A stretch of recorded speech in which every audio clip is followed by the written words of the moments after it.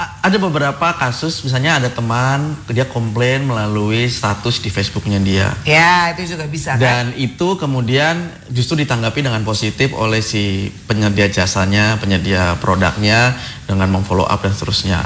Ada yang komplainnya melalui blog, dia menulis melalui blog, kemudian dia cerita, kemudian dia dihubungi oleh penyedia jasanya, penyedia produknya, kemudian diselesaikan dengan baik-baik. Jadi sebenarnya ini masalah kematangan dua belah pihak aja.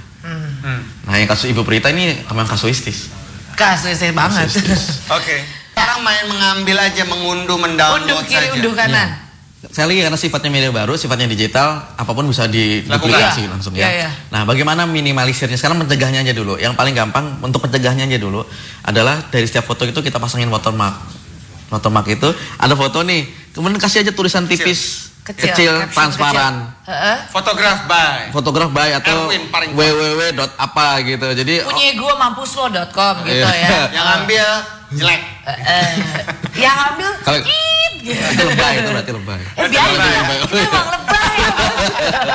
Jadi kita yang paling penjaganya kita kasih watermark supaya orang tahu, misalnya kalau diambil pun itu tidak mencegah kemudian orang edit juga ya.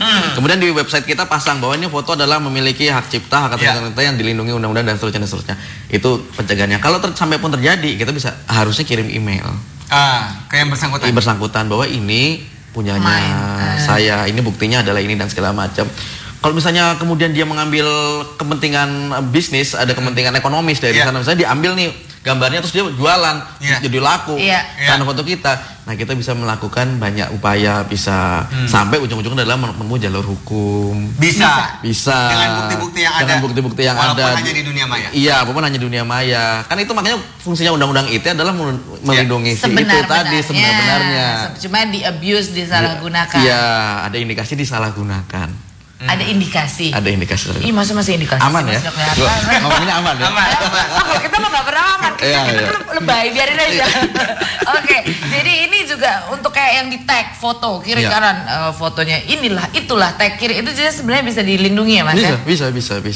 Artinya yang penting adalah watermarking tadi, kemudian kita pasang bahwa ini dilindungi dan segala macam. Yang penting sebenarnya kita proaktif kalau di internet. Sekali kita terjun di internet jangan pasif deh. Kita dilindas. Kan kita kalau mau menunggu pemerintah, undang-undang dan lain sebagainya terlalu utopian lah ya, terlalu kejauhan. Apakah kalau begitu kita mesti membatasi diri dalam menyatakan keluh kesah? Jadi kalimatnya positif semua, tapi lagi ngomel-ngomel sebenarnya. Wah, ini nggak baik nih gitu. Tapi saya nggak apa-apa deh gitu. Jadi gimana? Nah, jadi sebenarnya ini pada saat kita bicara media baru sebenarnya itu ada ikutannya budaya, istilahnya kita sebut dengan budaya prosumer. Media baru itu menggeret budaya baru, budaya prosumer. Prosumer itu adalah produser konsumer. Orang siapapun sekarang dengan menggunakan internet bisa menjadi produsen atas informasi, bisa menjadi konsumen atas informasi dalam satu ketika itu juga. Dia menerima informasi, dia baca dari blog, dari email segala macam, kemudian dia mau menambahkan atau melengkapi, kemudian dia memposting di blognya dia, di Facebooknya dia segala macam. Dia menjadi konsumen dan menjadi produsen sekaligus. Sifat interaktivitas ini yang sebenarnya sangat luar biasa dan tidak semua powerful banget ya. Powerful banget. Ini toolsnya namanya Web 2.0. Toolsnya, alatnya Web 2.0, interaktivitas, budayanya disebut dengan budaya prosumer, medianya media baru. Tapi tidak semua entitas bisnis itu mampu mengikuti itu. Sehingga begitu terjadi ada krisis komunikasi, kita bilang ya, ada yang komplain, ada yang mengkritik lewat media baru, dia gagap dan dia menggunakan pendekatan-pendekatan ala lama, ala konvensional. Udah aja, gua gak suka sama lu, email lu gak suka, kita hantam dengan cara lama. Mas, ini ada banyak sekali teman-teman yang berkomentar melalui Facebook. Terima kasih. Ini ada Lukas Sinoda ya. Seperti dalam dunia nyata, dunia maya juga perlu beretikat. Namun bukan berarti harus membatasi kebebasan berpendapat dan mendapat informasi. Karena dapat memperlambat kemajuan bidang TI atau teknologi informasi Indonesia. Dibutuhkan regulasi pemerintah yang benar-benar bijak dalam menangani masalah-masalah yang muncul saat ini. Ya. Dibutuhkan regulasi pemerintah yang bijak. Regulasinya sudah ada, penegakannya bijak nggak, itu aja dulu. Nggak jadi masalah gini. Yakin? Kalau itu bagian dari kebebasan berekspresi. Saya nggak suka, saya tidak mau dengan orang itu. Itu doang. Tapi kan saya nggak suka dengan orang itu karena orang ini segala macam, dia melakukan pernah korupsi, pernah apa segala macam. Mana dasar buktinya? Nah, itu saya baru. kena. Tapi pokoknya saya nggak suka dengan orang itu, titik. Iya, kan itu berlaku. Say no to siapa, say no to siapa. Ya udah, siapa yang mau ikut saya udah kata. Anda punya alasan kenapa nggak suka sama dia, terserah. Kalau itu kayak sama gitu Anda. moderatornya tiba-tiba misalnya contoh deh Pilpres sekarang nih kan Iya, banyak ya. banyak. Akhirnya muncul di Facebook yang paling jelas tiba-tiba say no to Anu, say no ini gitu. Nggak apa-apa. Si moderatornya juga aman-aman, nggak Moderatornya apa-apa. gimana? Amankah? Iya, jadi gini, say no to ini tidak menyatakan bahwa dia jelek. Iya. Bahwa saya punya pendapat, saya nggak oke. akan milih dia. Iya. Bahwa saya nggak milih dia karena apa, orang lain karena apa, terserah. Tapi kita adalah kumpulan-kumpulan orang yang nggak akan milih dia. Hanya di batas itu saja. Iya. Untuk bilang enggak Iya. kepada si Iya. Anu. Iya, tapi jangan saya nggak milih dia karena dia kayaknya korupsi, dia kayaknya gini segala. Ya itu kena dong saya. Anda mana Iya buktinya saya sih. ngomong. Iya. Iya Gitu. sih. Paham.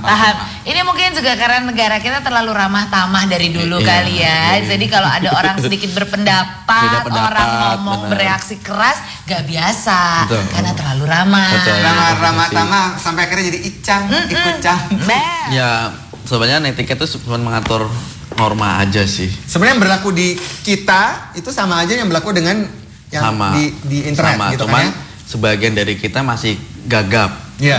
Bisa sayanya gagap, bisa institusinya gagap. Iya. Ternyata kalau posting bisa begini, ternyata kalau ikut pasang status di Facebook ternyata bisa begini implikasinya. Jadi itu aja sih cuma masalah pembelajaran. Sekali lagi ini masalah pembelajaran yang mahal harganya.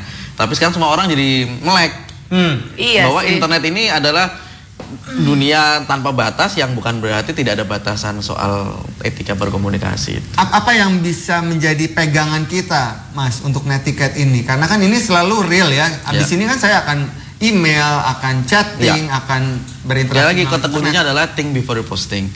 Think before you posting itu sama dengan sebelum kita ngomong kita pikir Iya, dulu pikir deh, dulu. pikir dulu deh. Kita berhak nggak ngomong ini? Kita punya alasan nggak sih untuk ngomong ini? Iya. Nggak apa-apa orang lain sakit hati, tapi kita punya berhak, kita punya alasan dan segala macam. Masalah sakit hati itu masalah kedewasaan dia menerima kebebasan berpendapat. Mau lewat email mau tidak itu urusan belakang. Cuman ada tambahan email-emailnya. Pada saat kita menggunakan media baru, apa yang akan kita posting atau yang terpostingkan atas nama kita atau ditujukan ke kita akan abadi. Itu aja kata kuncinya. Oke. Jadi Ya, cuma ya. masalah itu aja, kehati-hatian. Kehati-hatian. Iya. Nah kalau misalnya seperti yang dibilang oleh Agnia Haristia, undang-undang beretika di itu atau netiquette itu harusnya dipublikasikan untuk masyarakat awam. Kita tuh sebenarnya dilindungi tanpa harus menjelaskan ayat-ayatnya dan segala macam. Kita tuh dilindungi oleh undang-undang apa aja sih Mas untuk yang netiquette? Jadi netiquette Pasal-pasal sendiri berapa tinggal aja? kita cari kata kunci netiquette dalam bahasa Indonesia aja. Netiquette itu kemudian akan muncul apa yang sebaiknya atau tidak sebaiknya dilakukan di internet. Iya, Itu of tidak course. mengikat, tidak ada implikasi hukumnya. Iya. Tapi kalau misalnya kita begitu masuk ke internet, sebenarnya memang undang-undang ITE itu mengatur bagaimana kita itu tadi. Undang-undang ITE adalah hal yang memang untuk melindungi kita. Awalnya adalah untuk melindungi kita. Kita bisa pelajari. Kalau kita nggak paham, bisa tanya orang yang paham. Tapi kalau banyak masyarakat yang nggak paham, negara punya tanggung jawab besar Iya. untuk bisa menjelaskan ini. Dan- Mereka bilang ada sosialisasi, tapi sosialisasinya yang mana? seperti apa? Yang Iya. mana? Kapan? Betul. Iya. Kapan? Mas, kalau kita lihat sekarang jadi apa yang bisa disimpulkan dari kondisi saat ini? Apakah ini keadaan yang makin buruk terhadap Enggak, justru ini seharusnya menantang kita karena ini isunya masuk ke isu internasional. betul? Ya. Saya akhir minggu ini kebetulan ada conference di Penang, Ya. Asia Pasifik, dan itu ngomongin kebebasan berekspresi, dan saya sudah diminta untuk bertanggung jawab tanda kutip oleh negara-negara untuk ceritain kenapa itu bisa kejadian di Indonesia. Ibu berita ini. Ibu What berita will ini. you tell them? Ya saya akan bilang ya itu tadi substansinya seperti ini, penegakannya yang mungkin agak keblinger. Ah. Jadi sebenarnya kita harus berani lah, kebebasan berekspresi itu tetap dilindungi oleh Undang-Undang Dasar 45. Kebebasan Iya. berekspresi itu udah dilindungi hakiki Udah. udah. Tinggal masalahnya kita nggak enforcement. boleh law enforcement kita nggak boleh takut selama Setuju. kita punya hak, kita punya benar. Ya. Gitu. Jangan takut. Jadi memang kita harus bisa mengeksplor apa yang menjadi pemikiran kita dan juga rencana-rencana kita ke depan, teman Jakarta. Dan ekspresi itu bisa di mana saja melalui internet ataupun tidak Anda lakukan saja. Iya.